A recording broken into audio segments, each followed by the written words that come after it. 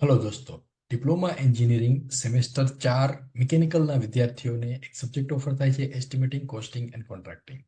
આ સબ્જેક્ટનું winter 2023ના એક્ઝામનું question પેપરનું solution એના વિશે આજના વિડીયોમાં આપણે ચર્ચા કરીશું. મિત્રો, આ ક્વેશ્ચન પેપર 17 જાન્યુઆરી 2024ના દિવસે લેવામાં આવેલું હતું અને એની અંદરથી કેટલાક પ્રશ્નો સિલેબસ બહારના પૂછાયેલા હતા.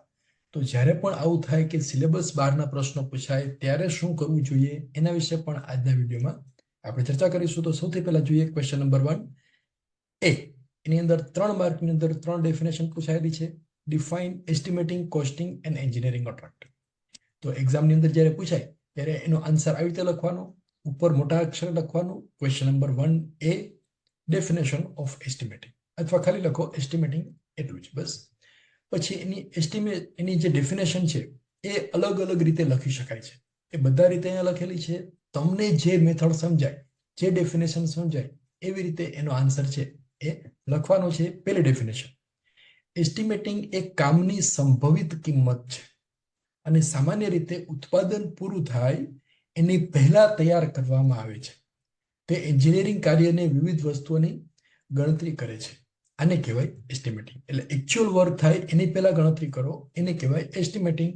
અને એસ્ટિમેટિંગ એ અંદાજ અથવા અંદાજ શોધવા માટેની પ્રક્રિયા છે, જે એક મૂલ્ય છે જે અમુક હેતુ માટે ઉપયોગ કરી શકાય છે. ભલે તે ઇનપુટ ડેટા અપૂર્ણ હોય, અસ્થિર હોય અથવા અનિશ્ચિત હોય. તે ઉપલબ્ધ શ્રેષ્ઠ માહિતી પરથી લેવામાં આવે છે અને વાસ્તવિક ઉત્પાદન અથવા સેવા તૈયાર કરતા પહેલા કરવામાં આવે છે. એને કહેવાય એસ્ટિમેટિંગ. તો આમાંથી કોઈ પણ ડેફિનેશન છે તમે લખશો એટલે 1 માર્ક છે એ પૂરેપૂરો મળવાની સંભાવના છે. બીજી ડેફિનેશન છે કોસ્ટિંગ. તો કોસ્ટિંગની ડેફિનેશન લખવી તો આવી રીતે લખાય કે ખરીદી, વ્યવસાય અથવા અન્ય કોઈ પણ પ્રવૃત્તિ સાથે સંકળાયેલા નાણાં અથવા સંસાધનો જોડાયેલા હોય છે. દરેક વ્યવસાય અથવા સંસ્થાની પ્રકૃતિ અને લાક્ષણિકતાઓ અલગ અલગ હોય છે. તેથી ઉત્પાદનની કિંમત નક્કી કરવા માટે તેની વિવિધ ખર્ચ પ્રણાલીઓ ગણવામાં આવે છે. તેને કહેવાય છે કોસ્ટિંગ. અથવા કોસ્ટિંગ એ ખર્ચની વિગતો એકત્ર કરવા માટેની વ્યવસ્થિત અને સચોટ પદ્ધતિ છે. એટલે કે કોઈ પણ પ્રોડક્શન સાયકલ હોય, ઉત્પાદન ચક્ર હોય, એની અંદર અલગ અલગ પ્રકારની પ્રવૃત્તિઓ હોય. એની દરેક પ્રવૃત્તિ માટે થતો ખર્ચ એની ગણતરી કરો અને બધાનો સરવાળો કરો અને ટોટલ ઉત્પાદન કિંમત શોધો. એને કહેવાય કોસ્ટિંગ. તો આ રીતે તમે કોસ્ટિંગની ડેફિનેશન છે એ લખી શકો છો. 1 માર્ક છે એનો એની અંદર આપવામાં આવશે. ત્યાર પછીની ડેફિનેશન છે કોન્ટ્રાક્ટિંગ. તો કોન્ટ્રાક્ટિંગની ડેફિનેશન લખ્યું તો આવી રીતે લખાય કે કોન્ટ્રાક્ટિંગ એટલે 2 અથવા 2 કરતા વધારે પક્ષો વચ્ચે ઔપચારિક અને કાયદેસર રીતે બંધન કરતા કરારો દાખલ કરવાની પ્રક્રિયા છે. એને કહેવાય કોન્ટ્રાક્ટિંગ. એટલે આ કરારો જે હોય કોન્ટ્રાક્ટિંગ એ સામાન્ય રીતે દરેક પક્ષની જવાબદારીઓ, અધિકારીઓ અને ફરજોની રૂપરેખા આપે છે, જેમાં માલ, સર્વિસીસ અને અન્ય વ્યવહારોની જોગવાઈ માટેની શરતોનો ઉલ્લેખ કરવામાં આવે છે. તો મિત્રો, આટલી ડેફિનેશન લખો એટલે 3 માર્ક છે એ આવી જશે. ત્યારબાદ ક્વેશ્ચન નંબર 1 બી ની અંદર પૂછાયેલું છે explain the importance of break even point in industries. ઇન્ડસ્ટ્રીઝમાં બ્રેક ઇવન પોઈન્ટનું મહત્વ સમજાવો. તો એના વિશે આપણે વિડીયો બનાવેલો છે, જેની અંદર બ્રેક ઇવન પોઈન્ટનું મહત્વ દર્શાવેલું છે કે એનાથી આપણે બાય ઓર સેલ, એટલે કે પ્રોડક્ટ માર્કેટમાંથી ખરીદવી કે પોતે બનાવવી, એનું ડિસિઝન લઈ શકાય છે, એનો નિર્ણય લઈ શકાય છે. પ્લસ બ્રેક ઇવન પોઈન્ટથી એ આઈડિયા આવે છે કે જેટલો એક્સપેન્સ થાય છે એટલો એક્સપેન્સ જે છે કેટલા સમયમાં રિકવર થઈ જશે. પ્રોડક્ટની પ્રાઇસ કેટલી રાખવી એ પણ બ્રેક ઇવન પોઈન્ટના આધારે નક્કી કરી શકાય છે. અને મહત્વની ડિસિઝન જે કંપનીની અંદર ડિસિઝન લેવાના હોય છે એ બધા જ બ્રેક ઇવન પોઈન્ટની ગણતરીના આધારે લઈ શકાય છે. એવો આન્સર છે એ વિડીયોમાં સમજાવેલો છે, તો એ પ્રમાણે તમે લખી શકો. ત્યારબાદ છે ક્વેશ્ચન નંબર 1C. હવે 1C જે છે એ એક્ઝામની અંદર ક્વેશ્ચન પેપરમાં એનો આન્સર કેવી રીતે લખવો જોઈએ એ આપણે જોઈએ. ક્વેશ્ચન નંબર 1C એની અંદર ડેટા આવી રીતે આપેલો છે. એક કંપનીનો અચળ ખર્ચ 8 લાખ રૂપિયા છે. તો ક્વેશ્ચન પેપરની અંદર આવી રીતે લખવાનું. પહેલા ઉપર મોટા અક્ષરે લખી દો 1C. ફિક્સ કોસ્ટ આપેલી છે 8 લાખ રૂપિયા, એટલે F બરાબર 8 લાખ રૂપિયા. એક પ્રોડક્ટની વેચાણ કિંમત 500 રૂપિયા છે. વેચાણ કિંમત એટલે B એ 500 રૂપિયા આપેલી છે. અને ચલિત ખર્ચ 300 રૂપિયા છે. સો વેરિયેબલ કોસ્ટ એ બરાબર 300 રૂપિયા. ફાઇન્ડ આઉટ પ્રોફિટ અને સેફ્ટી માર્જિનની ગણતરી કરવાની છે. અને when the total production is 18,000 pieces, 18,000 નંગનું production થાય ત્યારે પ્રોફિટ શોધવાનો છે. તો સેફટી માર્જિન અને પ્રોફિટ શોધવાનો હોય ત્યારે સૌથી પહેલા ડેલ્ટા માટેનું ઇક્વેશન એના જેની અંદર બ્રેક ઇવન ક્વોન્ટિટીની જરૂર પડે છે, એટલે સૌથી પહેલા ગણીશું બ્રેક ઇવન ક્વોન્ટિટી. એના માટેનું સૂત્ર છે F/B - A, જેનો અભ્યાસ આપણે કરેલો છે. તો ફિક્સ કોસ્ટ આપેલી છે 8 લાખ રૂપિયા, એટલે આવી રીતે લખવાનું 8 લાખ ના છેદમાં B એટલે 500 - 3, 500 - 300 એટલે 200, 8 લાખ ના છેદમાં 200 એટલે બ્રેક ઇવન ક્વોન્ટિટી બરાબર આવશે 8 લાખ ના છેદમાં 200 એટલે કે 4000 પીસીસ. એટલે લખવાનું break even quantity is equal to 4000 numbers. This is number 1. આ પહેલું સ્ટેપ થઈ ગયું, બ્રેક ઇવન ક્વોન્ટિટી મળી ગઈ. Now safety margin. Safety margin એના માટેનું ઇક્વેશન છે ડેલ્ટા બરાબર break even quantity production quantity minus break even quantity એના છેદમાં બ્રેક ઇવન ક્વોન્ટિટી. તો પ્રોડક્શન ક્વોન્ટિટી છે 18,000, એટલે કે 18,000 પીસનું પ્રોડક્શન થાય છે, માઇનસ બ્રેક ઇવન ક્વોન્ટિટી એટલે 4,000 divided by break even quantity એટલે 4,000. તો આને સાદું રૂપ આપશો એટલે ડેલ્ટા બરાબર આવશે 18 માઇનસ 4 એટલે 14,000, 18 - 14 એટલે 4 એટલે 14,000 ના છેદમાં 4,000 એટલે કે 3.5. તો આ થઈ ગયો આન્સર નંબર 1. આવી રીતે મોટા અક્ષરે લખવાનું. This is answer number 1. Safety margin delta is equal to 3.5. હવે એની અંદર ફાઇન્ડ કરવાનું છે પ્રોફિટ. તો પ્રોફિટ ફાઇન્ડ કરવા માટે સૌથી પહેલા સેલિંગ ઇન્કમ અને ટોટલ કોસ્ટ ગણવી પડશે. તો સેલિંગ ઇન્કમ માટે એક પીસ વેચવા જઈએ તો 500 રૂપિયા મળે છે. તો અહીંયા 18,000 પીસ બને છે, તો કેટલા રૂપિયા મળશે? તો અહીંયા આવશે સેલિંગ ઇન્કમ એટલે કે વેચાણ આવક. એના માટેનું સૂત્ર આવશે B × Q, એટલે એક પીસને વેચવા જઈએ તો 500 રૂપિયા મળે. તો 18,000 પીસ વેચવા જાઓ તો કેટલા રૂપિયા મળે? રાઈટ. તો 18 × 5 = 90, એટલે કે 9 લાખ રૂપિયા. આ થઈ ગઈ સેલિંગ ઇન્કમ. સેલિંગ ઇન્કમ બરાબર 9 લાખ રૂપિયા. આ B. ત્યારબાદ ટોટલ કોસ્ટની ગણતરી કરો. સો ટોટલ કોસ્ટ CT બરાબર F + B A × Q, એટલે કે variable cost plus fix cost. Fix cost આપેલી છે 8 લાખ રૂપિયા, જે ડેટામાં આપેલી છે, વત્તા A બરાબર આપેલું છે 300 રૂપિયા પર પીસ ઇન્ટુ ક્વોન્ટિટી 18,000 પીસીસ, એટલે 18 × 54 એટલે 54 લાખ વત્તા 8 લાખ એટલે કે 54 + 8 એટલે કે 62 લાખ રૂપિયા એ ટોટલ ખર્ચ છે એ થશે. 62 લાખ રૂપિયા ખર્ચ થાય છે, 90 લાખ રૂપિયા ઇન્કમ થાય છે. અહીંયા આવશે 90 લાખ, બીજી એક મિનિટ ઉમેરી દઈએ તો પ્રોફિટ કેટલો થશે એ બેનો ડિફરન્સ, એટલે કે પ્રોફિટ બરાબર selling income minus total cost. એમાં બધી વેલ્યુ મૂકો. સેલિંગ ઇન્કમ અહીંયા આવેલી છે 90 lakh minus 62L, 90 lakh minus 62 lakh, એટલે પ્રોફિટ બરાબર આવશે ₹28 lakh. This is profit. So this is final answer. અહીંયા લખવાનું આન્સર નંબર 2. તો મિત્રો આવી રીતે આન્સર લખેલો હશે તો પૂરેપૂરા 7 માર્ક મળવાની સંભાવના છે. નાઉ ક્વેશ્ચન નંબર 1C ઓર. ઓરમાં પૂછાયેલો છે, તો ક્વેશ્ચન પેપરમાં આવી રીતે લખવાનું ઓર 1C. ડેટા કંઈક આવી રીતે આપેલો છે. Fix cost of one production unit is 1,75,000. એટલે ફિક્સ કોસ્ટ આપેલી છે 1,75,000 રૂપિયા. પ્રતિ પ્રોડક્ટ ₹4 ની વેચાણ કિંમત એટલે સેલિંગ પ્રાઇસ આપેલી છે 4 rupees per piece, means B is equal to 4 rupees. Right. Material cost per product is 1.25 rupees, એટલે એક પીસની મટીરિયલ કોસ્ટ ₹1.25 છે, અને other variable cost per product is 1.5 rupees. તો આ બેનો સરવાળો કરવાનો, એટલે વેરિયેબલ કોસ્ટ મળશે A બરાબર 1.25 પ્લસ 1.5 એટલે કે 2.75 rupees. That is value of A. Find out break even point graphically and mathematically. એટલે કે અહીંયા બ્રેક ઇવન પોઈન્ટ ગ્રાફ અને ગણિતીય રીતે બંને રીતે શોધવાનો છે. રાઈટ. તો ડેટા જે આપેલો છે એક આટલો છે, આટલો ડેટા આપેલો છે. તો આપણી પાસે ઇક્વેશન છે બ્રેક ઇવન પોઈન્ટ બરાબર શું છે? F/B બી માઇનસ એ. તો આવી રીતે ઇક્વેશન લખીએ, બ્રેક ઇવન ક્વોન્ટિટી બરાબર એફ અપોન બી માઇનસ એ. એફ બરાબર આપેલું છે 1,75,000, બી બરાબર 4 રૂપીસ અને એ બરાબર 1.25 પ્લસ 1.5 એટલે કે 2.75 રૂપીસ. એને સાદુરૂપ આપશો એટલે આન્સર આવશે 1,40,000 પીસીસ. તો પેલું સ્ટેપ આવશે, સૌથી પહેલા લખી દેવાનું બ્રેક ઇવન ક્વોન્ટિટી બરાબર 1,40,000 પીસીસ. રાઈટ. તો આ થઈ ગઈ એનાલિટિકલ મેથડ. હવે ગ્રાફિકલ મેથડથી આ પ્રોબ્લેમ સોલ્વ કરવાનું પૂછાયેલું છે. તો એ સોલ્વ કરવા માટે સૌથી પહેલા આ બ્રેક ઇવન પોઈન્ટ તો ગણિત લેવાનું, એના પરથી જ આપણે નેક્સ્ટ સ્ટેપ છે એ નક્કી કરી શકીશું. તો હવે ગ્રાફિકલ મેથડથી ડ્રો કરવા માટે એનો ગ્રાફ પહેલા લઈએ આપણે. હવે આ ગ્રાફ જે છે એ પેપરની અંદર જે ગ્રાફ પેપર આપેલું છે એની અંદર તમે ડ્રો કરી શકો છો, અથવા આવી રીતે પણ ડ્રો કરી શકો છો. પણ એમાં ધ્યાન રાખવાનું આ સ્કેલ કેવી રીતે નક્કી કરવું. તો સ્કેલ નક્કી કરવા માટે બ્રેક ઇવન ક્વોન્ટિટીથી શરૂઆત કરવાની. બ્રેક ઇવન ક્વોન્ટિટી કેટલી છે? 1,40,000 એટલે કે લગભગ 1.5 લાખ જેવી છે. તો અહીંયા 1.5 લાખ વચ્ચે ક્યાંક આવે એવી રીતે સ્કેલ નક્કી કરવાનો. તો આવી રીતે દાખલા તરીકે આ 50,000 લઈએ તો 50,000, 1 લાખ, 1.5 લાખ, 2 લાખ, 2.5 લાખ, 3 લાખ એવી રીતે આવશે. તો 1.5 લાખ અહીંયા વચ્ચે આવે એવી રીતે સ્કેલ લઈ અને પહેલા ઊભી લાઈન ડ્રો કરી દેવાની આવી રીતે. રાઈટ.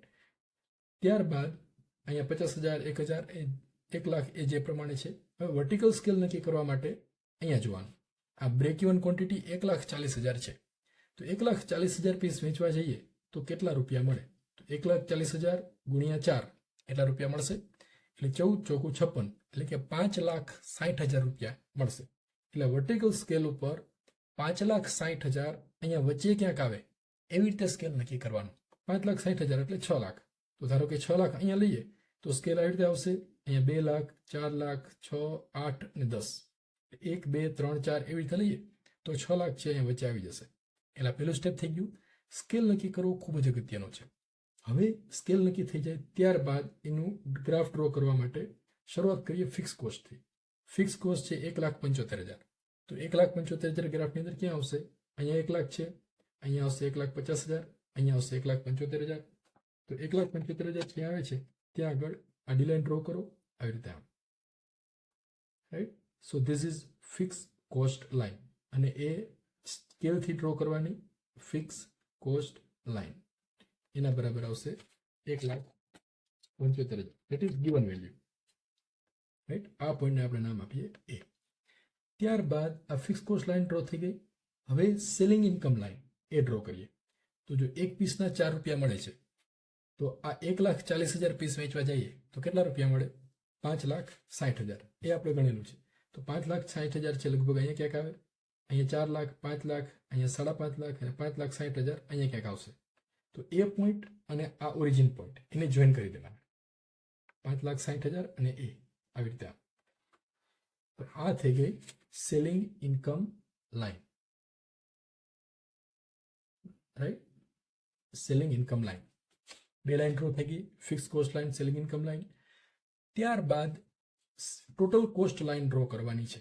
તો એ ડ્રો કરવા માટેની 2 મેથડ છે. એક ઓરિજિનલ મેથડ એટલે કે આપણે ગણતરી કરતા જઈએ કે 50,000 પીસ હોય ત્યારે ટોટલ કોસ્ટ કેટલી થશે? તો 50,000 ગુણ્યા 2.75 વત્તા 1,75,000. બરાબર. એવી રીતે કરો. અથવા બીજી એક શોર્ટ મેથડ છે બ્રેક ઇવન ક્વોન્ટિટી વાળી મેથડ. એટલે જો બ્રેક ઇવન ક્વોન્ટિટી ક્યાં મળે છે? અહીંયા આગળ. અહીંયા બ્રેક ઇવન ક્વોન્ટિટી છે પહેલાં ડ્રો કરી દેવાની જેથી કરીને ભૂલ ના થાય. 1,40,000 છે ત્યાંથી ઊભી લાઈન ડ્રો કરી દો. આ બ્રેક ઇવન ક્વોન્ટિટી મેથેમેટિકલી આપણે ગણેલું જ છે. ગ્રાફિકલી શોધવા જાવ તો ભૂલ થવાની સંભાવના છે. એ ભૂલ ન થાય એટલા માટે આપણે પહેલાં જે એનાલિટિકલી ગણેલું છે એ આન્સર અહીંયા મૂકી દેવાનું. અહીંયા આવશે આ પોઈન્ટ જે છે બ્રેક ઇવન પોઈન્ટ. જ્યાં ક્વોન્ટિટી અહીંયા આવશે આ કેટલા આવશે? 14 ચોકું 56 એટલે કે 5,60,000 રૂપિયા. રાઈટ. હવે આ પોઈન્ટ જે છે એને આ એ પોઈન્ટ સાથે જોઈન કરી દેવાનું આવી રીતે આમ. So this is total cost line. અને ટોટલ કોસ્ટ લાઈનને સમાંતર લાઈન ઓરિજિન પોઈન્ટમાંથી ડ્રો કરી દો આ થઈ જશે વેરિયેબલ કોસ્ટ લાઈન. આ શોર્ટ મેથડ છે. વાસ્તવિક મેથડ છે આપણે જે વિડીયોમાં જોયેલું છે એ પ્રમાણે છે કે બધા પોઈન્ટ આગળ વેરિયેબલ કોસ્ટ કેટલી થાય એ ગણીને પોઈન્ટ મૂકવાના, પણ એની અંદર એરર આવવાની સંભાવના છે. આવી રીતે કરશો એટલે એરર આવશે નહીં. Now this region indicates profit, this region indicate loss, this is break even point and this is break even quantity. તો આટલું ડ્રો કરેલું હશે એટલે આ ક્વેશ્ચનના 7 માર્ક્સ છે એ મળવાની સંભાવના છે. અહીંયા બ્રેક ઇવન ક્વોન્ટિટી જે આવે છે લખી દેવાની. આપણે અહીંયા આવે છે 1,40,000 પીસીસ, 1,40,000 પીસીસ. આ ખાસ લખવાનું. તો આટલું લખશો એટલે પૂરેપૂરા માર્ક્સ મળી શકે છે. Now question number 2A. List the types of forging and explain any one. ફોર્જિંગના પ્રકારો જણાવો અને કોઈ પણ એક સમજાવો. 3 માર્ક્સમાં પૂછાયેલું છે એટલે એની અંદર બહુ ડિટેલમાં આન્સર લખવાનો નથી. માત્ર ફોર્જિંગના પ્રકાર લખી દેવાના અને કોઈ પણ એક વિશે ટૂંકમાં સમજાવવાનું છે. 3 માર્ક છે એટલે 6 થી 7 લાઇનની અંદર આન્સર છે એ લખવાનું રહેશે. ત્યારબાદ આપેલું છે explain the procedure of cost estimation in gas cutting. Gas કટિંગમાં ખર્ચનો અંદાજની પ્રક્રિયા સમજાવો. તો મિત્રો આ ક્વેશ્ચન જે છે that is out of syllabus. સિલેબસની બહારનો પ્રશ્ન છે. ચેપ્ટર નંબર 4, 5 અને 6 આ 3 ચેપ્ટરની અંદર થિયરી પૂછવાની નથી, માત્ર એક્ઝામ્પલ પૂછવાના છે, ન્યુમેરિકલ પૂછવાના છે. તો આવું થાય ત્યારે તમારે શું કરવું? તો આવું થાય ત્યારે તમારે જીટીયુ એક્ઝામ કોર્ડિનેટર તમારી કોલેજના જે હોય એ કોલેજના જે જીટીયુ એક્ઝામ કોર્ડિનેટર છે એમને એક રિટર્ન એપ્લિકેશન આપવાની છે, લેખિતમાં અરજી આપવાની છે. એની અંદર તમારે લખવાનું છે કે આ તારીખનું આ સબ્જેક્ટનું જે ક્વેશ્ચન પેપર છે એની અંદર ક્વેશ્ચન નંબર 2B જે 4 માર્ક્સમાં પૂછાયેલો છે that is out of syllabus. માત્ર આટલું જ કરવાનું છે. એમાં તમારો એનરોલમેન્ટ નંબર, નામ અને મોબાઈલ નંબર લખી અને અરજી આપશો એટલે એની પ્રોસેસ છે એ આગળ થઈ જશે. જો અહીંયા તમે જોઈ શકો છો ક્વેશ્ચન નંબર 2B માં પૂછાયેલું છે procedure for cost estimation in gas cutting. તો જો આ ગેસ કટિંગ વાળું એટલે કે ફેબ્રિકેશન ચેપ્ટર જે છે, chapter number 4 costing in fabrication shop, આમાં ચોખ્ખું લખેલું છે only numerical to be covered in this chapter. Right? એટલે solar rooftop, material cost of sheet metal work અને fabrication cost of real time object like safety grills and so on. એમાંથી માત્ર દાખલાઓ પૂછવાના છે, થિયરી પૂછવાની નથી. એટલે બિલકુલ ચિંતા ન કરતા. જ્યારે પણ આવું થાય ત્યારે તમારે મેં તમને જે કહ્યું એ પ્રમાણે આગળ વધવાનું છે. તો ત્યાર પછી ક્વેશ્ચન નંબર ક્યાં ગયું? હા, 2B. ત્યાર પછી 2C depreciation. Explain the straight line and singing fund method to find out depreciation. Depreciation ગણવા માટેની SLM અને SFM એ બંને મેથડ સમજાવો. તો એના વિશે પણ આપણે વિડીયો બનાવેલું છે, એની અંદર બધું જ સમજાવેલું છે. તો એમાંથી તમે તૈયાર કરી શકો છો. ઓરની અંદર 3 ક્વેશ્ચન થિયરીના પૂછાયેલા છે. 2A list various types of forging losses and explain any one. ફોર્જિંગના લોસીસ છે એના વિશે સમજાવો, એ પણ વિડીયોમાં આપણે સમજાવેલું છે. એક્સપ્લેન વેરિયસ પેટર્ન અલાઉન્સીસ, એ 4 માર્કમાં પૂછાયેલું છે. 4 પેટર્ન અલાઉન્સીસ લખી દો તો ચાલશે. અને question number 2C explain the elements of cost in selling price. Selling price નક્કી કરવા માટેના એલિમેન્ટ્સ ઓફ કોસ્ટ એ સમજાવો. તો એના માટે પેલું જે ટેબલ આપણે બનાવેલું છે, direct material cost, direct labour cost, direct expenses, prime cost, overhead, એ જે ટેબલ છે એ આખું ટેબલ ડ્રો કરવાનું અને પછી બધા વિશે ટૂંકમાં સમજાવવાનું, એના ઇક્વેશન લખવાનું. એ કેવી રીતે લખવાના એ બધું જ 3જા નંબરનો વિડીયો જે પ્લેલિસ્ટમાં છે એમાં સમજાવેલું છે. તો એના પ્રમાણે તમે કરી શકો છો. એટલે આ ક્વેશ્ચન પેપરની અંદર થિયરી વધારે પૂછાયેલી છે અને ઘણા બધા પ્રશ્નો સિલેબસ બહારના પૂછાયેલા છે. આવું થાય તો તમારે શું કરવાનું એ મેં તમને અત્યારે સમજાવેલું છે. Question number 3A. જો ફરી પાછું એવું થયું 3A અને 3B list the cost elements in gas cutting and explain anyone. Gas cutting માટેના ખર્ચના ઘટકોની યાદી બનાવો અને કોઈ પણ એક સમજાવો. અને list the factors affecting in the arc welding process, arc welding cost. 7 માર્કના આ જે 2 પ્રશ્નો છે that is also out of syllabus. તો ચિંતા નહીં કરવાની. સિલેબસ બહારના પૂછાય ત્યારે તાત્કાલિક તમારે એક એપ્લિકેશન લખવાની. એમાં લખવાનું કે ક્વેશ્ચન નંબર 3A અને 3B જે છે એ આઉટ ઓફ સિલેબસ છે. એટલે આ આખા પેપરમાં ઘણા બધા પ્રશ્નો આઉટ ઓફ સિલેબસ છે. તો એક જ એપ્લિકેશનમાં બધા જ લખી દેવાના કે question number these are out of syllabus. પછી તમારા જે સબ્જેક્ટ ટીચર છે એમની એપ્લિકેશન બતાવવાની. એ ચેક કરશે કે ભાઈ આ સિલેબસ બહારના છે કે નહીં, એના ઉપર સહી કરશે અને પછી એ જે છે એ એપ્લિકેશન આગળ જશે અને બધા વિદ્યાર્થીઓ માટે એની અંદર કંઈક પોઝિટિવ રિઝલ્ટ છે એ જીટીયુ દ્વારા લેવામાં આવશે. પોઝિટિવ એક્શન જે છે જીટીયુ દ્વારા લેવામાં આવશે, જેથી કરીને બધા વિદ્યાર્થીઓ સાથે અન્યાય થાય નહીં. આ પેપર જ્યારે જીટીયુમાં હતું ત્યારે પેપર પૂરું થયું ત્યારે કેટલા બધા વિદ્યાર્થીઓએ કમેન્ટ કરી હતી કે સાહેબ આમાં સિલેબસ બહારનું ઘણું બધું પૂછાયેલું છે, તો હવે શું કરવું? તો શું કરવું એના વિશે મેં તમને અહીંયા સમજાવેલું છે. નાવ ક્વેશ્ચન નંબર 3C. સી ની અંદર એક્ઝામ્પલ પૂછાયેલો છે. જે 7 માર્કનો છે અને એકદમ સહેલો એક્ઝામ્પલ છે, બધાને આવડે એવો છે. આપણે વિડીયોની અંદર જે આ એક્ઝામ્પલ છે પણ ગણાવેલો હતો. ડેટા કંઈક આવી રીતે આપેલો છે. A square bar of 25 millimeter side is formed from a round bar of 25 millimeter diameter and 500 millimeter length by forging. એક ચોરસ સળિયો બનાવવાનો છે અને શામાંથી બનાવવાનો છે? એક ગોળ સળિયામાંથી બનાવવાનો છે. એટલે શરૂઆતમાં આપણી પાસે એક ગોળ સળિયો છે જેનો વ્યાસ આપેલો છે 25 મિલીમીટર અને લંબાઈ આપેલી છે 500 મિલીમીટર. હવે આ ગોળ સળિયો છે લઈ એને ફોર્જિંગ કરવાનું છે, એટલે એને ગરમ કરો, હથોડા મારો અને એને ચોરસ બનાવી દો. આવું કરવાનું છે. એટલે આવો ચોરસ સળિયો બનાવવાનો છે. એની લંબાઈ કેટલી હશે એ આપણે શોધવાનું છે. ચોરસ સળિયો છે, બાજુની લંબાઈ 25 મિલીમીટર છે, એટલે આવી રીતે આમ થશે. એનો સાઇડ લેન્થ, હાઇટ અને વિડ્થ જે આડછેદ છે 25 બાય 25 નો હશે અને એની લંબાઈ કેટલી હશે એ શોધવાની છે. આ ડેટામાં આપેલું છે અને 5% સ્કેલ લોસ ગણવાનો છે. તો ઇંગ્લિશમાં લખેલું છે find the length of this square root by adding only 5% scale loss. તો આ શબ્દો જે છે એ કન્ફ્યુઝિંગ છે. એડિંગ એટલે આપણે એમ થાય કે લોસ એડ કરવાનો છે. ખરેખર એવું છે? ના, એવું નથી. જો આ ગોળ સળિયો છે એને હથોડા મારો અને એની અંદર લોસ જાય તો વોલ્યુમ ઘટે કે વધે? લોસ જાય એટલે ઘટે, રાઈટ? તો પહેલા જે ગોળ સળિયો છે એનું કદ, એનું વોલ્યુમ આપણે ગણવું પડશે. ડેટા આપેલું છે આવી રીતે, જે ગોળ સળિયો છે એનો વ્યાસ આપેલો છે 25 મિલીમીટર. મિત્રો એક બાબતનું ધ્યાન રાખવાનું, આ ટાઈપના એક્ઝામ્પલ પૂછાય ત્યારે મિલીમીટર જે છે એને સેન્ટીમીટરમાં ફેરવવાથી ગણતરીઓ સરળ થઈ જશે. જો મિલીમીટરમાં રાખશો તો ઘણા બધા મોટા મોટા આંકડાઓ આવશે. તો અહીંયા એ સરળતા રહે એના માટે એ બધા યુનિટ છે એને મિલીમીટરમાંથી સેન્ટીમીટરમાં ફેરવેલા છે. Diameter 2.5 centimetre, length 50 centimetre. Square bar જે છે એની બાજુની લંબાઈ 2.5 સેન્ટીમીટર અને લેન્થ છે એ ફાઇન્ડ કરવાની છે. આટલો ડેટા અહીંયા આપેલો છે. તો સૌથી પહેલા જે ગોળ સળિયો છે એનું વોલ્યુમ, એનું કદ શોધો. તો આ જે ગોળ સળિયો છે એનું કદ કેટલું થાય?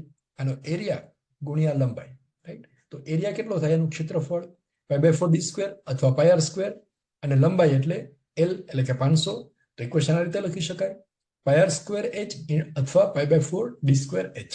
πr સ્ક્વેર અથવા π/4d સ્ક્વેર છે એને આડછેદનું ક્ષેત્રફળ છે મલ્ટીપ્લાઈડ બાય લંબાઈ એટલે એનું કદ થઈ જશે. હવે એની અંદર બધી વેલ્યુ મૂકો. પાઈ એટલે 3.14 બાય 4, ડાયામીટર એટલે 2.5 સેન્ટીમીટર સ્ક્વેર ઇન્ટુ હાઇટ અથવા લેન્થ એટલે 50 સેન્ટીમીટર. અહીંયા પણ ધ્યાન રાખવાનું, અહીંયા જે ફિગર ડ્રો કરો એમાં પણ યુનિટ સેન્ટીમીટરમાં જ લખવાનું, જેથી કરીને ભૂલ થાય નહીં. નહીતર અહીંયા ભૂલથી 50 ના બદલે 500 લખાઈ જાય તો આન્સર ખોટો આવવાની સંભાવના છે. આની ગણતરી કરશો એટલે વોલ્યુમ આવશે 245.4 સેન્ટીમીટર ક્યુબ. અહીંયા બધા યુનિટ સેન્ટીમીટરમાં લીધેલા છે એટલે કદનું એકમ આવશે સેન્ટીમીટર ક્યુબ. તો આ ગોળ સળિયો છે એનું કદ મળી ગયું. હવે એના ઉપર હથોડા મારી અને એમાંથી ચોરસ સળિયો બનાવવાનો છે. અને ચોરસ સળિયો બનાવવો એટલે 5% જેટલું મટીરિયલ વેસ્ટ થાય છે, સ્કેલ લોસ થાય છે. તો 5% વેસ્ટ થાય છે ગણવું તો કેવી રીતે ગણાય? આવી રીતે આમ loss is equal two 5% of volume. 5% આવી રીતે લખાય 5 પર સેન્ચુરી. આ પરસેન્ટ છે ને, જો આ ઈસો જ લખેલા છે 100, એટલે એનું મિનિંગ એ થાય કે 5 per century of given volume. Given volume છે 245.4. જ્યારે પણ ટકાવારી ગણવી હોય ત્યારે આવી રીતે ગણવાનું 5 per century of given volume એટલે 5/100 into 245.4 એટલે લોસ આવશે 12.27 સેન્ટીમીટર ક્યુબ. આટલું મટીરિયલ વેસ્ટ થાય છે. તો હવે ચોરસ સળિયા માટે કેટલું મટીરિયલ બાકી રહેશે? બેની બાદ બાકી. આ રાઉન્ડ બાર જે છે એનું વોલ્યુમ માઇનસ લોસ એટલે volume for square bar is equal to volume of round bar minus losses. Round બારનું વોલ્યુમ છે 245.4 માઇનસ લોસીસ આવે છે 12.27 એટલે ચોરસ સળિયો જે છે એનું કદ આવશે 233.13 સેન્ટીમીટર ક્યુબ. રાઈટ? આટલું સમજાઈ ગયું. હવે આ ચોરસ સળિયાનું કદ આપણને મળી ગયું. એનો આડછેદ કેટલો છે આપણને ખબર છે 25/25. તો લંબાઈ શોધી શકાય. યસ. તો ચોરસ સળિયો જે છે એનું ઘનફળ કેટલું થાય? એનું કદ કેટલું થાય? લંબાઈ ગુણ્યા પહોળાઈ ગુણ્યા ઊંચાઈ LBH થાય. એમાંથી બી અને એચ આપેલા છે 25/25 અથવા 2.5 એના બરાબર 233.13 સેન્ટીમીટર ક્યુબ. બધી વેલ્યુ મૂકો. L into 2.5 into 2.5 બરાબર 233.12 સેન્ટીમીટર ક્યુબ. એટલે લંબાઈ આવશે length of a square bar 37.3 centimetre. અને જો મિલીમીટરમાં આખો એક્ઝામ્પલ ગણેલો હશે તો લેન્થ આવશે 373 મિલીમીટર. મિત્રો અહીંયા ખાસ ધ્યાન રાખવાનું, ફિગર ડ્રો કરીએ ત્યારે યુનિટ છે એ મિલીમીટર ના બદલે સેન્ટીમીટરમાં લખવાના, નહીતર ભૂલ થવાની સંભાવના છે. અહીંયા મેં બધા યુનિટ છે મિલીમીટરમાં લખેલા છે, પણ તમે જો મિલીમીટરમાં લખેલા હોય અને આખો એક્ઝામ્પલ મિલીમીટરમાં ગણવાના હો તો પણ ચાલશે. આન્સર 373 મિલીમીટર છે એ આવશે. બંને રીતે પ્રોબ્લેમ છે, સાચો છે. આ 3 સ્ટેપ ગણો, 2 ફિગર ડ્રો કરો, એટલે 7 માર્ક છે એ કન્ફર્મ મળી જશે. I hope it is clear to you. Now question number 3A ઓરમાં પૂછાયેલું છે, define the following terms associated with machine shop estimation. વ્યાખ્યા આપો કટિંગ સ્પીડ, ફીડ અને ડેપ્થ ઓફ કટ.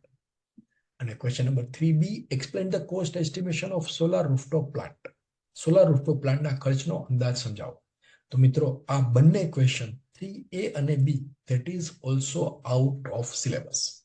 તમે એનું સિલેબસ છે તમે ચેક કરી શકો છો. એની અંદર ચોખ્ખું લખેલું છે કે ચેપ્ટર નંબર 4 માંથી અને 5 માંથી માત્ર ન્યુમેરિકલ પૂછવાના છે. છતાં પણ એની અંદર થિયરી પૂછાયેલી છે તો ચિંતા નહીં કરવાની. એપ્લિકેશન આપી દો, એની અંદર લખી દેવાનું કે આ 7 માર્ક જે છે 3A અને B આઉટ ઓફ સિલેબસ છે, એટલે બાકીની પ્રોસેસ છે એ GTU કરશે. ત્યારબાદ ક્વેશ્ચન નંબર 3C કાસ્ટ આયર્નની પુલીનો એક્ઝામ્પલ પૂછાયેલો છે. એ પણ એકદમ સહેલો છે. સ્ટેપ બાય સ્ટેપ આગળ વધતા જશો એટલે આપણને બધાને એ 7 માર્કનો પ્રોબ્લેમ જે છે એ એનું સોલ્યુશન ગણતા આવડશે. તો જોઈએ હવે એનું સોલ્યુશન કેવી રીતે ગણો. ડેટા કંઈક આવી રીતે આપેલો છે. Calculate the cost of cast iron pulley of given volume 1250 centimetre cube using the material cost 12 rupees per kilogram. 1 kilogram મટીરિયલનો ભાવ છે 12 રૂપિયા અને એનું વોલ્યુમ, એનું કદ આપેલું છે 1250 સેન્ટીમીટર ક્યુબ. તો જ્યારે પણ કદ આપેલું હોય અને ભાવ રૂપિયામાં આપેલું હોય પર કિલોગ્રામ, તો એની ડેન્સિટી આપેલી હશે. જો અહીંયા આપેલી છે, density of cast iron pulley 7.2 ગ્રામ પર સેન્ટીમીટર ક્યુબ. એટલે કે 1 સેન્ટીમીટર ક્યુબ મટીરિયલ હોય તો એનું માસ હોય 7.2 ગ્રામ. અહીંયા 1250 સેન્ટીમીટર ક્યુબ છે તો એનું માસ કેટલું થાય, એનું કદ કેટલું થાય? વોલ્યુમ બરાબર mass is equal to volume into density, right? અથવા ડેન્સિટી એટલે ઘનતા બરાબર દળ ભાગ્યા કદ. એ ઇક્વેશનનો અહીંયા ઉપયોગ કરવાનો છે. Mass is equal to volume into density. કદાચ આ ઇક્વેશન યાદ આવે નહીં તો પણ અહીંયા તમે યુનિટ મેળવી શકો છો. તો ગ્રામ પર centimetre cube into centimetre cube એટલે શું આવે? ગ્રામ આવશે, રાઈટ? તો સેન્ટીમીટર ક્યુબ એટલે 1250 ઇન્ટુ 7.2 ગ્રામ પર સેન્ટીમીટર ક્યુબ. આ યુનિટ પરથી પણ તમે ઇક્વેશન છે એ રિકોલ કરી શકો છો. ડેન્સિટી છે ગ્રામ પર સેન્ટીમીટર ક્યુબ છે એટલે માસ અપોન વોલ્યુમ થાય, રાઈટ? તો અહીંયા માસ બરાબર આવશે સેન્ટીમીટર ક્યુબ ગેટ્સ કેન્સલ્ડ. 1250 ગુણ્યા 7.2 ગ્રામ એટલે આન્સર આવશે 9000 ગ્રામ. 9000 ગ્રામ એટલે 9 કિલોગ્રામ. તો અહીંયા જે કાસ્ટ આયર્નની પુલી આપેલી છે એનું માસ 9 કિલોગ્રામ છે. આ પહેલું સ્ટેપ. ત્યારબાદ મટીરિયલ કોસ્ટ આપેલી છે 12 રૂપીસ પર કિલોગ્રામ. તો મટીરિયલ છે એ 1 કિલોગ્રામ મટીરિયલ જો યુઝ થાય તો એનો ખર્ચ 12 રૂપિયા થાય છે. તો અહીંયા 9 કિલોગ્રામ છે એટલે કેટલું થાય? 12 ગુણ્યા 9 એટલે 108. So material cost is equal to 12 rupees per kilogram into 9 kilogram.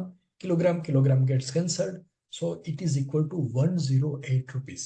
12 નવા 108 એટલે 108 રૂપિયાનું મટીરિયલ છે એ મટીરિયલ કોસ્ટ થશે.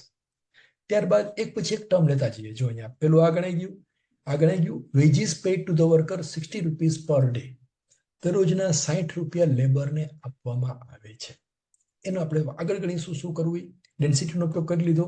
Overhead charges 50% of material cost. જો ઓવરહેડ ચાર્જ આપેલું છે ને 15% ઓફ મટીરિયલ કોસ્ટ, તો આપણે ઓવરહેડ ચાર્જ ગણી શકીએ.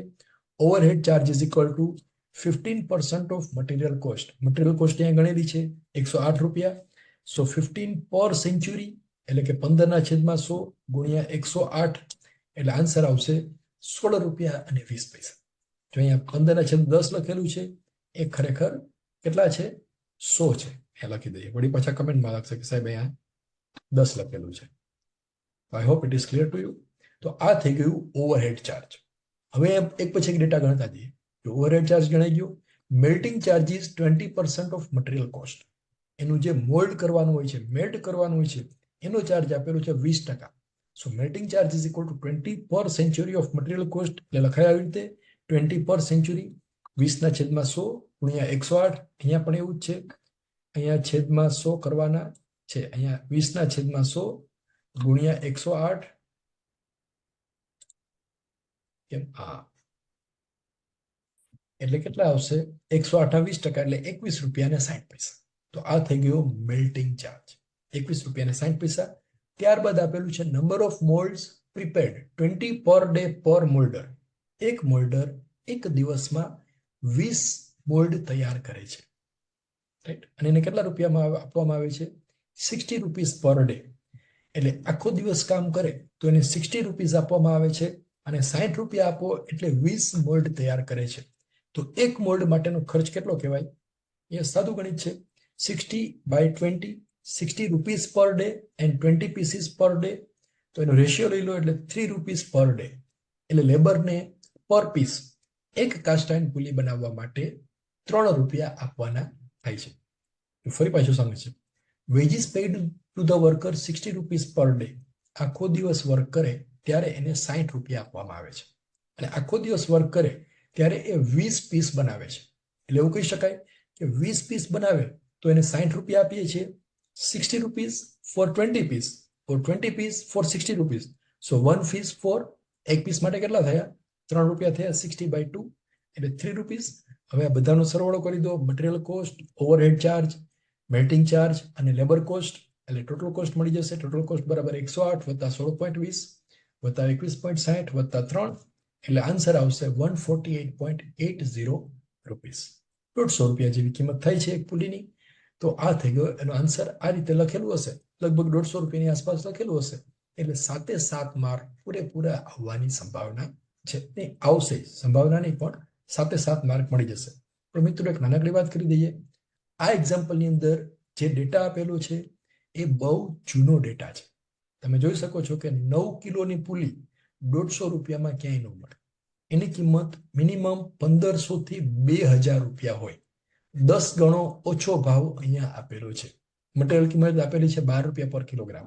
વાસ્તવમાં 100 થી 150 રૂપિયા પર કિલોગ્રામ હોઈ શકે છે. પણ જૂની બુકમાંથી ડેટા લીધેલો હોય એટલે સંભાવના છે કે આવી રીતે પૂછાયેલું હોય.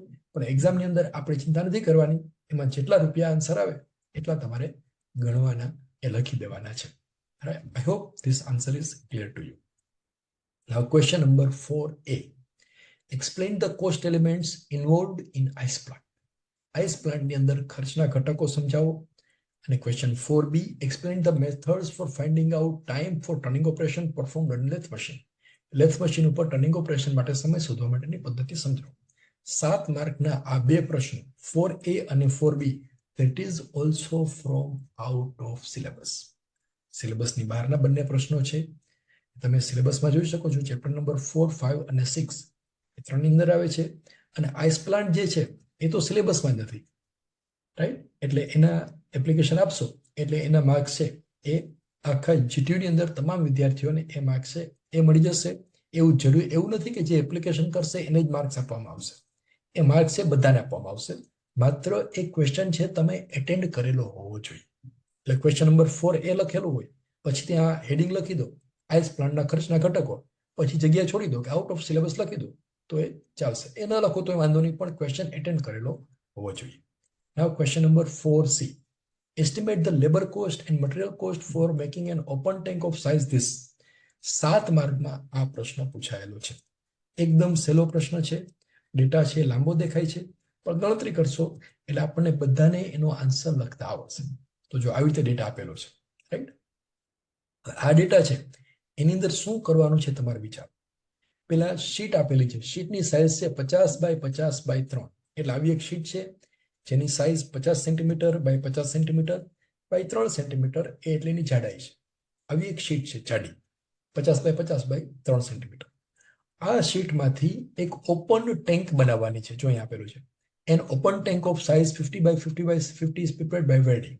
એટલે ખુલ્લી ટાંકી બનાવવાની છે આવી, જેની લંબાઈ 50 સેન્ટીમીટર છે, પહોળાઈ 50 સેન્ટીમીટર છે અને જાડાઈ છે એને 50 છે. એટલે 50x50x50 સેન્ટીમીટરની એક ખુલ્લી ટાંકી બનાવવાની છે. ખુલ્લી ટાંકી છે એટલે આવી રીતે એમ કંઈક હશે, રાઈટ? આ છે એની એજીસ છે અંદરની. તો સૌથી પહેલા તમે વિચાર કરો કે આ જે શીટ છે 50x50x3 એને કેટલી વખત વેલ્ડ કરવાથી, કેટલી શીટોને વેલ્ડ કરવાથી આવી ટાંકી બને. તો જો આવે 1, 2, 3, 4 ને 5, આવી 5 શીટો જોઈશે, રાઈટ. એક તળિયું અને 4 બાજુ, આ 5 શીટ ભેગી કરવાની, પછી એને વેલ્ડિંગ કરવાનું. તો વેલ્ડિંગ લેન્થ કેટલી થશે, ક્યાં ક્યાં વેલ્ડિંગ કરવું પડે? જો એક અહીંયાથી ઊભું 1, 2, 3 અને 4, 4 ઊભા વેલ્ડિંગ કરવા પડે. અને પાયો 1, 2, 3 અને 4, 4 વેલ્ડિંગ પાયામાં કરવું પડે. એટલે 4 + 4, 8 વખત વેલ્ડિંગ કરવું પડે, રાઈટ. અહીંથી આમ સ્ટાર્ટ કરીએ આપણે વેલ્ડિંગ. તો આમ 1, પછી આ 2, 3 અને 4, પછી આ પાયો 1, 2, 3 અને 4. તો સૌથી પહેલું સ્ટેપ આવશે વેલ્ડિંગ લેન્થ. વેલ્ડિંગ લેન્થ કેટલી થશે? આ એક લંબાઈ છે 50 સેન્ટીમીટર છે, તો 50 × 8, એટલે 8 × 5 = 40, એટલે 400 સેન્ટીમીટર, એટલે કે 4 મીટર લંબાઈમાં વેલ્ડિંગ કરવાનું થશે. આ પહેલું સ્ટેપ, વેલ્ડિંગ લેન્થ. વેલ્ડિંગનું એક્ઝામ્પલ પૂછાય ત્યારે વેલ્ડિંગ લેન્થ છે ગણવાની. સૌથી પહેલું સ્ટેપ એ આવશે. તો 4 મીટર લંબાઈમાં વેલ્ડિંગ થશે. ત્યારબાદ બીજા સ્ટેપમાં આપેલું છે time for 1 metre welding, 12 minute. એટલે 1 મીટર લંબાઈમાં વેલ્ડિંગ કરવું હોય તો એના માટે 12 મિનિટનો સમય લાગે છે. તો અહીંયા કેટલી લંબાઈમાં વેલ્ડિંગ કરવાનું છે? 4 મીટર. તો કેટલો ટાઈમ લાગશે? 12 ચોકું 48 મિનિટ. લખો તો આવી રીતે લખાય, welding time T = 12 minute per metre into 4 metre, metre gets cancelled, 12 4 = 48 minute. એટલે 48 મિનિટમાં આ વેલ્ડિંગ છે એ પૂરું થશે. ત્યારબાદ ડેટા આપેલો છે electrode consumption 0.5 metre per metre of weld, fatigue allowances 10%, 10% fatigue છે. એટલે ફટીગ અલાઉન્સીસ જે છે ટાઈમની અંદર આપવામાં, એ આપણે ઇન્ડસ્ટ્રીયલ એન્જિનિયરિંગની અંદર ભણીશું. ફટીગ એટલે જે સમય લાગે છે એમાં થોડોક સમય એડ કરવાનો. તો 10% સમય વેસ્ટ જાય છે. તો વેલ્ડિંગ ટાઈમ 48 મિનિટ છે, એમાં એના 10% એડ કરવો તો શું કરાય? Fatigue allowances = 10% of time. 10 પર સેન્ચુરી ઓફ ટાઈમ, ટાઈમ આપેલો છે 48 મિનિટ. તો 48 મિનિટના 10% એટલે કે 4.8 મિનિટ. એટલે વેલ્ડિંગ કરવા માટે જે 48 મિનિટ લાગે છે એની અંદર 10% એડ કરવાના છે. તો એડ કરવો હોય તો આવી રીતે કરાય. Actual time = T + 10% of T, એટલે 48 + 4.8, એટલે એકચ્યુઅલ વેલ્ડિંગ ટાઈમ આવશે 52.8 મિનિટ. એટલે 52.8 મિનિટમાં ખરેખર આ વેલ્ડિંગ છે એ પૂરું થશે, કન્સિડરિંગ 10% ફટીગ અલાઉન્સીસ. ત્યારબાદ આપેલું છે લેબર કોસ્ટ. જો આપેલું છે મજૂરી દર 15 રૂપીસ પર મીટર. 1 મીટર લંબાઈમાં વેલ્ડિંગ કરો તો એના 15 રૂપિયા આપવાના થાય છે. તો અહીંયા વેલ્ડિંગ કેટલા લંબાઈમાં થાય છે? 4 મીટર. તો 15 rupees per metre into 4 metre, metre gets cancelled, એટલે 15 ચોકું 60 રૂપિયા. તો પહેલી કોસ્ટ મળી ગઈ. Labour cost = 60 rupees. એને નંબર 1 નામ આપી દો. હવે આ જે ડેટા આપેલો છે એમાં એક પછી એક વસ્તુઓ લેતા જાઓ. બધા ડેટાનો ઉપયોગ છે એ થઈ જશે અને બધી કોસ્ટ છે એ ગણાઈ જવી જોઈએ. તો ત્યારબાદ અહીંયા આપેલું છે ઇલેક્ટ્રોડ કોસ્ટ. જો અહીંયા આપેલું છે ત્રીજું, રાઈટ. તો ઇલેક્ટ્રોડ કન્ઝમ્પશન આપેલું છે 0.5 મીટર પર મીટર વેલ્ડ. એટલે 1 મીટર લંબાઈમાં વેલ્ડિંગ કરવું હોય તો 0.5 મીટર જેટલો ઇલેક્ટ્રોડ વપરાય છે. તો અહીંયા આપણે વેલ્ડિંગ કરવાનું છે 4 મીટર. તો કેટલો ઇલેક્ટ્રોડ વપરાશે? 0.5 metre per metre of weld into 4 metre weld, metre gets cancelled, 4 × 0.5 એટલે 2 મીટર. 2 મીટર જેટલો ઇલેક્ટ્રોડ આ વેલ્ડિંગની અંદર વપરાશે. પછી ઇલેક્ટ્રોડ બગાડ થાય છે 25%. 25% જેટલું ઇલેક્ટ્રોડ વેસ્ટેજ થાય છે. તો અમે એડ કરવું હોય 25%, તો કેવી રીતે કરાય? ઇલેક્ટ્રોડ લોસ અથવા ઇલેક્ટ્રોડ વેસ્ટેજ = 25 પર સેન્ચુરી. તો 25% ઓફ 2 મીટર. એકચ્યુઅલી 2 મીટર વપરાવું જોઈએ, પણ 25% વેસ્ટ થાય છે. એટલે 2 મીટરના 25%, એટલે 25/100 × 2, એટલે 0.5 મીટર જેટલો ઇલેક્ટ્રોડ વેસ્ટ થાય છે. તો ટોટલ ઇલેક્ટ્રોડ કેટલો વપરાશે? એકચ્યુઅલ કન્ઝમ્પશન ઓફ ઇલેક્ટ્રોડ = 2 + 0.5, એટલે કે 2.5 મીટર જેટલો ઇલેક્ટ્રોડ ખરેખર વેલ્ડિંગની અંદર વપરાશે. ઇલેક્ટ્રોડની કોસ્ટ આપેલી છે 5 રૂપીસ પર મીટર. 1 મીટર ઇલેક્ટ્રોડના 5 રૂપિયા છે. તો 2.5 મીટરના કેટલા થાય? યસ, તમે ગણી શકો છો. Electrode cost = 5 rupees per metre multiplied by 2.5 metre, એટલે 5 × 2.5, મીટર ગેટ્સ કેન્સલ્ડ, 12.50 રૂપીસ. તો ઇલેક્ટ્રોડનો કોસ્ટ થશે 12.5 રૂપિયા. હવે જો આની અંદર કોઈ પણ કોસ્ટ છે બાકી છે, ઇલેક્ટ્રોડની કોસ્ટ ગણાઈ ગઈ, ઇલેક્ટ્રોડનો વેસ્ટેજ ગણાઈ ગયું, લેબર કોસ્ટ ગણાઈ ગઈ, યસ બધી કોસ્ટ ગણાઈ ગઈ છે. તો હવે બધી કોસ્ટનો સરવાળો કરી દો, labour cost plus electrode cost એટલે મળશે ટોટલ કોસ્ટ 60 પ્લસ 12.5 એટલે કે 72.5 rupees is the total welding cost for this tank. 7 માર્કમાં આ પ્રોબ્લેમ પૂછાયેલો છે, એટલે આવી રીતે સ્ટેપ બાય સ્ટેપ આન્સર લખશો તો પૂરેપૂરા માર્ક મળશે. અને અહીંયા આપેલું છે welding is done inner side only, માત્ર અંદરની બાજુએ વેલ્ડિંગ કરવાનું છે. જો અંદર અને બહાર બંને બાજુએ વેલ્ડિંગ કરવાના હોય તો કોસ્ટ ડબલ થઈ જશે, અને બંનેની સ્પીડ અલગ અલગ હોય તો આ બધા સ્ટેપ છે એ 2 વખત ગણવાના આવશે. જે વેલ્ડિંગ સ્પીડ છે 12 મિનિટ પર મીટર છે, અંદરની બાજુ એટલી છે, બહારની બાજુએ ધારો કે બદલાઈ જાય તો આ સ્ટેપ અહીંયા એ જે નવી સ્પીડ હોય એ લેવાની.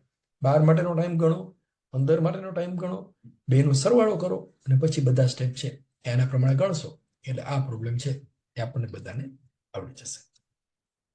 નાઉ ક્વેશ્ચન નંબર 4A ઓર ની અંદર પૂછાયેલું છે, explain the power generation cost of diesel generator set. અને question number 4B or explain the procedure of co-estimation of labor cost in machine shop. ફરી પાછું 4A અને B 7 માર્કના પ્રશ્નો સિલેબસ બહારના પૂછાયેલા છે. So don't worry about these two questions. Focus on question number 4C. તો શું કરવાનું એ આપણને બધાને ખબર છે, સિલેબસ બહારનું પૂછાય એટલે એપ્લિકેશન કરી દેવાની છે, બીજી કોઈ ચિંતા કરવાની નથી. નાઉ ક્વેશ્ચન નંબર 4C.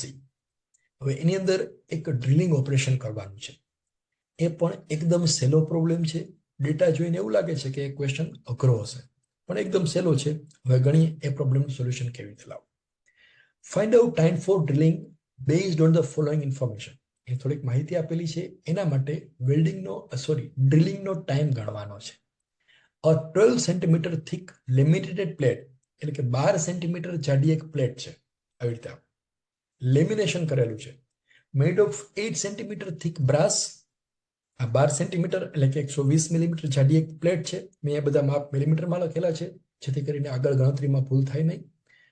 અને એની અંદર laminated plate made of 8 centimetre thick brass, એમાં 8 સેન્ટીમીટર બ્રાસ છે અને 4 સેન્ટીમીટર માઇલ્ડ સ્ટીલ છે. એટલે આવી રીતે 4 સેન્ટીમીટર એટલે કે 40 મિલીમીટર છે એ બ્રાસ છે, અને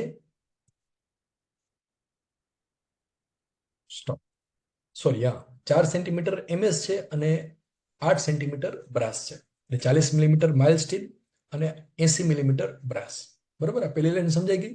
12 સેન્ટીમીટર એટલે કે 120 મિલીમીટર જાડી એક પ્લેટ છે, એમાં 80 મિલીમીટર બ્રાસ છે, એટલે 80 મિલીમીટર બ્રાસ છે અને 40 મિલીમીટર માઇલ્ડ સ્ટીલ છે. હવે એની અંદર અલગ અલગ ડેટા આપેલો છે, એના અંદર ડ્રિલિંગ કરવાનું છે. 20 diameter hole is to be drilled in this plate. એમાં હોલ પાડવાનું છે જેનો વ્યાસ 20 મિલીમીટર છે. તો ડેટા છે બંને માટે આપેલું છે, બ્રાસ માટે અને MS માટે. એ અલગ અલગ આપેલું છે. તો સૌથી પહેલા એ ડેટા છે એને અલગ કરી દેવાનું આવી રીતે. દાખલા તરીકે પેલું આપેલું છે માઇલ્ડ સ્ટીલ. તો માઇલ્ડ સ્ટીલની અંદર કેટલી લંબાઈમાં ડ્રિલિંગ કરવાનું છે? ડાયામીટર આપેલું છે 20 મિલીમીટર, એ બંને માટે સેમ છે. D બરાબર 20 મિલીમીટર. લંબાઈ આવશે 40 millimetre. Length for brass is 40 millimetre. જો આટલા લંબાઈમાં ડ્રિલિંગ કરવાનું છે MS ની અંદર. પછી માઇલ્ડ સ્ટીલ માટે સ્પીડ આપેલી છે, cutting speed is 30 metre per minute. અહીંયા MS અને બ્રાસ બંને માટે સ્પીડ અને ફીડ અલગ અલગ આપેલા છે, એટલે 2 સ્ટેપની અંદર એક્ઝામ્પલ ગણાશે.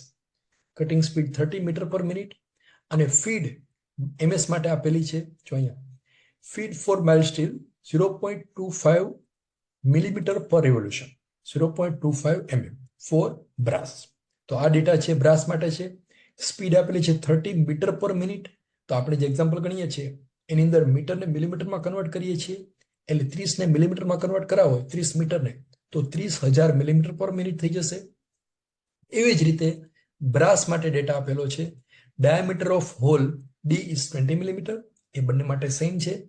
કદાચ એવું બને કે બંને માટે ડાયામીટર અલગ અલગ પણ હોઈ શકે છે, તો એના માટે અલગ સ્ટેપ આવશે. તો બ્રાસની અંદર લંબાઈ કેટલી આવશે? કેટલી લંબાઈમાં ડ્રિલિંગ કરવાનું આવશે? Yes, 80 millimetre. ટોટલ લંબાઈ 120 છે, આ 40 મિલીમીટર છે. તો 80 મિલીમીટરની અંદર બ્રાસની અંદર ડ્રિલિંગ થશે. બ્રાસ માટે કટિંગ સ્પીડ આપેલી છે 40 મીટર પર મિનિટ. જો આ પેલું આપેલું છે cutting speed for brass 40 metre per minute, અને મીટર પર મિનિટ ને મિલીમીટરમાં કન્વર્ટ કરવું હોય તો 1000 વડે ગુણી નાખો એટલે 40,000 millimetre per minute. Feed for brass એ આપેલું છે 0.3 mm પર રિવોલ્યુશન. અહીંયા છે ને બધા ડેટા આડાવડા આપેલા છે એટલે ભૂલ થવાની સંભાવના છે. તો સૌથી પહેલા આવી રીતે ટેબલ બનાવી દેવાનું. હવે આ બે પ્રોબ્લેમ છે એ આપણને બંને પ્રોબ્લેમ છે ગણતા આવડશે. કેવી રીતે? પેલું લઈએ સોલ્યુશન 1 ફોર માઇલ્ડ સ્ટીલ. પેલો ભાગ લઈએ માઇલ્ડ સ્ટીલની અંદર ડ્રિલિંગ કરવું હોય તો એના માટે કેટલો ટાઈમ લાગશે. તો એના માટે પહેલા કટિંગ સ્પીડ ગણો. કટિંગ સ્પીડ S બરાબર πdn એ ઇક્વેશનનો ઉપયોગ કરો અને n ની વેલ્યુ ફાઇન્ડ કરો. એટલે કે ડ્રિલ છે કેટલી સ્પીડે ફરતી હશે. તો n બરાબર S અપોન πd. S આપેલું છે 30,000 મિલીમીટર પર મિનિટ અને છેદમાં પાઈ એટલે 3.14, ડાયામીટર એટલે 20 મિલીમીટર. Millimetre gets cancelled. છેદમાં મિનિટ છે એટલે આન્સર આવશે 477.71 રિવોલ્યુશન પર મિનિટ. એટલે કે જ્યારે MS ની અંદર ડ્રિલિંગ થતું હશે ત્યારે એની રોટેશનલ સ્પીડ હશે 477.71 RPM. તો એનો કટિંગ ટાઈમ કેટલો થાય? તો એના માટેનું ઇક્વેશન પણ આપણે ભણી ગયા છીએ. Cutting time, machining time T બરાબર L અપોન FN, લંબાઈના છેદમાં ફીડ ઇન્ટુ RPM. તો બધી વેલ્યુ મૂકી દો. લેન્થ અહીંયા આપણે લીધેલી છે 40 મિલીમીટર. ફીડ આપેલી છે 0.25 mm પર રિવોલ્યુશન અને n આપેલું છે 477.71 રિવોલ્યુશન પર મિનિટ. તો millimetre gets cancelled, revolution gets cancelled. Minute છેદમાં છે એટલે ઉપર આવી જશે. સાદું રૂપ આપશો એટલે આન્સર આવશે 0.33 મિનિટ. એટલે કે 40 મિલીમીટર લંબાઈ જ્યાં આગળ માઇલ્ડ સ્ટીલ મટીરિયલ છે ત્યાં આગળ ડ્રિલિંગ કરવા માટે 0.33 મિનિટ જેટલો સમય લાગશે. હવે આ જ સ્ટેપ બ્રાસ માટે યુઝ કરવાના છે. જો બ્રાસ માટે શું છે, ડાયામીટર, લેન્થ, S, ફીડ એ બધું આપેલું છે. તો અહીંયા વિડીયો સ્ટોપ કરી દો અને પાર્ટ 2 જે છે એ તમે જાતે કરો. For brass cutting speed S બરાબર πdn. તો એમાં ઇક્વેશન મૂકો. n બરાબર S અપોન πd. સ્પીડ આપેલી છે 40,000 mm પર મિનિટ ના છેદમાં પાઈ ઇન્ટુ d એટલે કે 3.14 ગુણ્યા 20 millimetre gets cancelled. So n is equal to 637 revolution per minute. તો બ્રાસ માટેની સ્પીડ મળી ગઈ. તો બ્રાસ માટેનું કટિંગ ટાઈમ પણ મળી જશે. કટિંગ ટાઈમ ફોર બ્રાસ અથવા machining time L upon FN. L કેટલું છે બ્રાસ માટે? 80 મિલીમીટર. એના છેદમાં F 0.3 millimetre per revolution into n 637 revolution per minute. તો અહીંયા પણ આન્સર આવશે minute gets cancelled, sorry revolution gets cancelled, millimetre gets cancelled.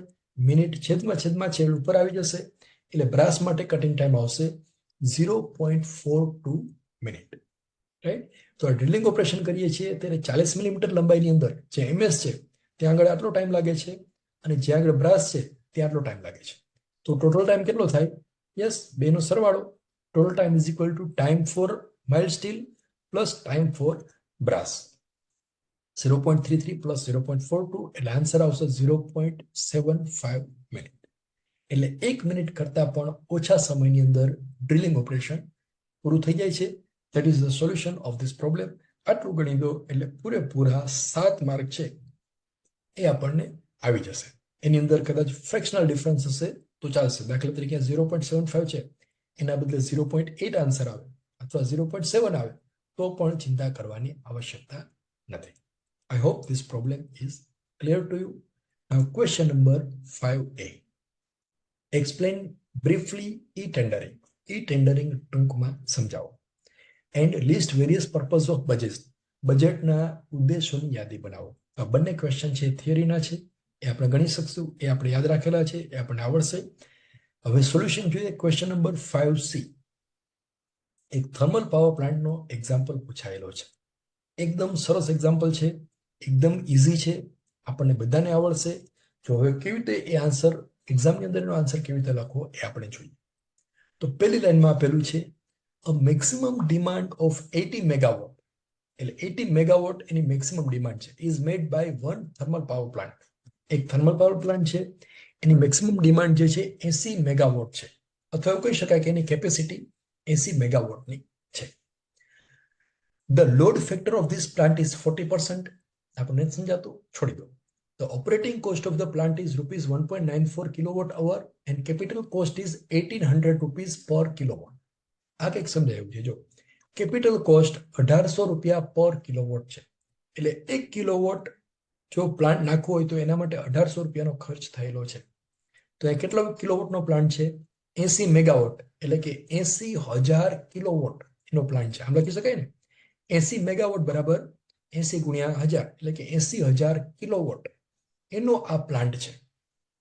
1 કિલોવોટની capital cost છે 1800 રૂપિયા, એટલે કે શરૂઆતનું રોકાણ જે છે ઇન્ફ્રાસ્ટ્રક્ચર બનાવવા માટેનું, એ 1 કિલોવોટ માટે 1800 રૂપિયાનું રોકાણ થયેલું છે. તો ટોટલ કેટલું થાય? Capital cost of the power plant એ ગણતા આવડશે.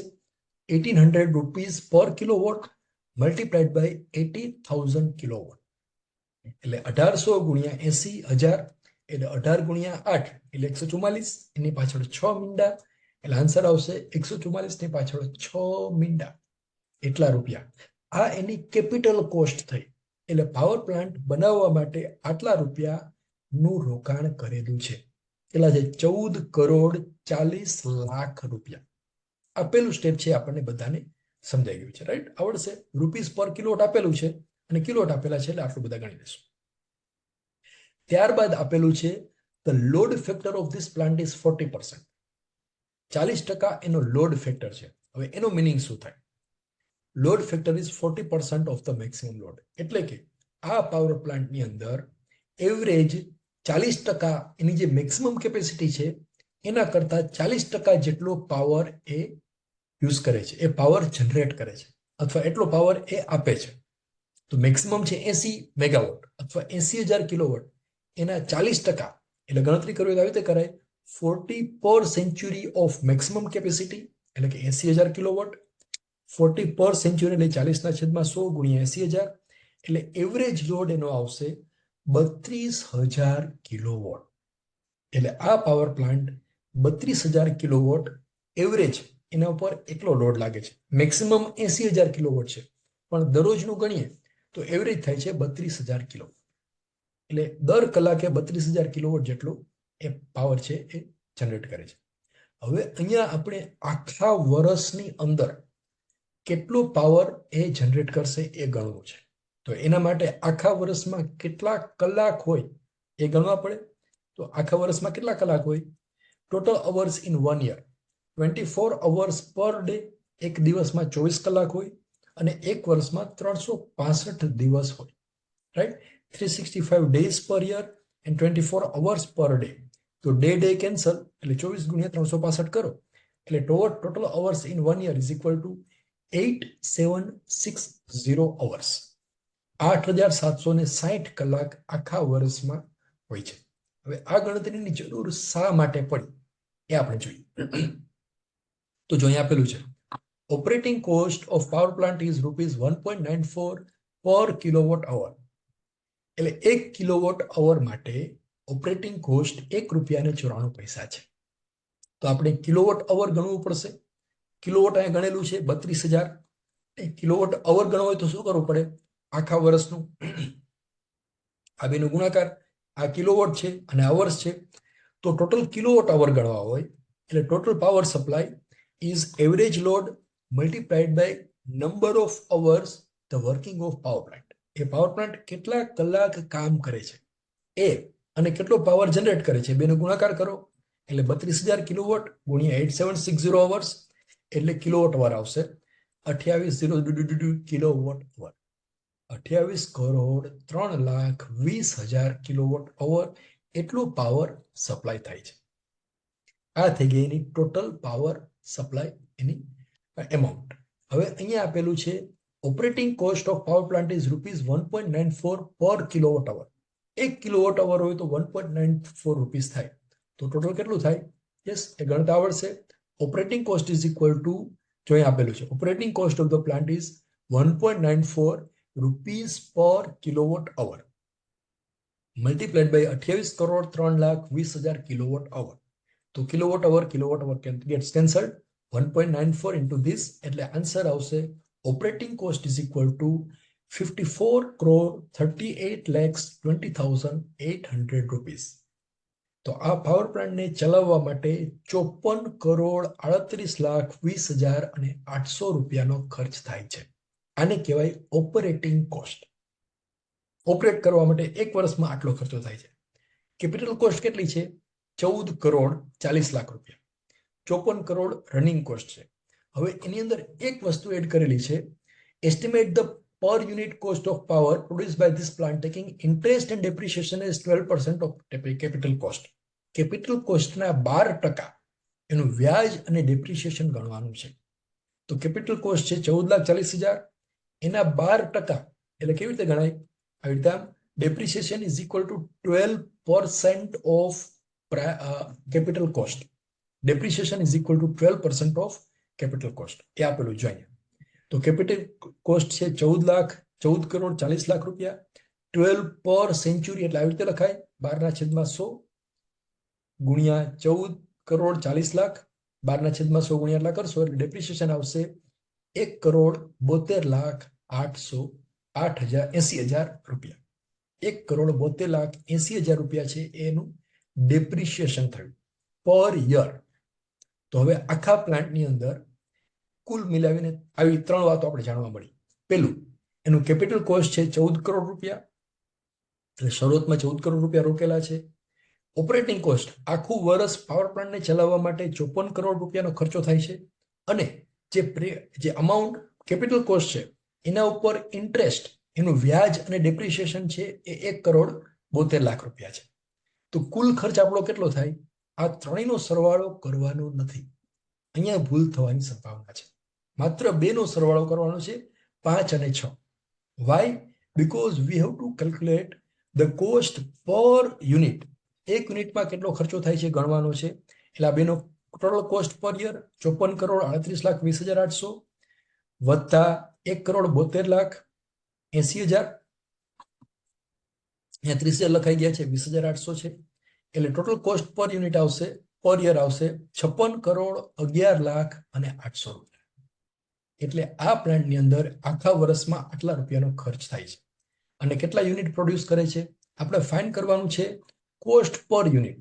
તો આટલા યુનિટ પ્રોડ્યુસ કરે છે 28,03,20,000 કિલોવોટ અવર, એટલે 1 યુનિટ થાય. આ કિલોવોટ અવર એટલે 1 યુનિટ, રાઈટ? તો એનો કોસ્ટ પર કિલોવોટ અવર અથવા કોસ્ટ પર યુનિટ ગણવું હોય તો શું કરાય? આ કોસ્ટ ડિવાઇડેડ બાય આ કોસ્ટ છે 54, અહીંયા 56,11,00,000, અહીંયા 56 છે, 54 નથી, પાછું અહીંયા ભૂલ થઈ ગઈ. અહીંયા 54 નહીં આવે, પણ 56,11,08,000 રૂપિયા ડિવાઇડેડ બાય 28, આ 28,03,20,000 કિલોવોટ અવર. તો યુનિટ પણ મેળવી શકો છો. અહીંયા યુનિટ છે એ કિલોવોટ અવરમાં છે અને આ રૂપીસમાં છે. આ કિલોવોટ અવર ના રૂપીસ. તો ફાઇન્ડ કરવાનું છે રૂપીસ પર કિલોવોટ અવર, રાઈટ? તો બેનો રેશિયો લઈ લેશો એટલે આન્સર આવશે 2 રૂપીસ પર કિલોવોટ અવર. તો આટલું લખશો એટલે આ પ્રોબ્લેમની અંદર 7 માર્ક પૂરેપૂરા મળવાની સંભાવના છે. 2 રૂપીસ પર કિલોવોટ અવર એ આનો ખર્ચ છે. હવે આ પ્રોબ્લેમ સાચો છે કે નહીં ચેક કરવું હોય તો અહીંથી કરી લેવાનું. જો ઓપરેટિંગ કોસ્ટ જે આપેલી છે 1.94 રૂપીસ પર કિલોવોટ અવર, એની નજીકમાં જ આન્સર આવવો જોઈએ. અહીંયા દાખલા તરીકે 200 રૂપિયા આવે, 200 રૂપિયા પર કિલોવોટ અવર, તો સમજવાનું કે ક્યાંક ભૂલ કરેલી છે, રાઈટ? આઈ હોપ કે આ પ્રોબ્લેમ તમને સમજાઈ ગયો હશે. ત્યારબાદ ક્વેશ્ચન નંબર 5C ઓર.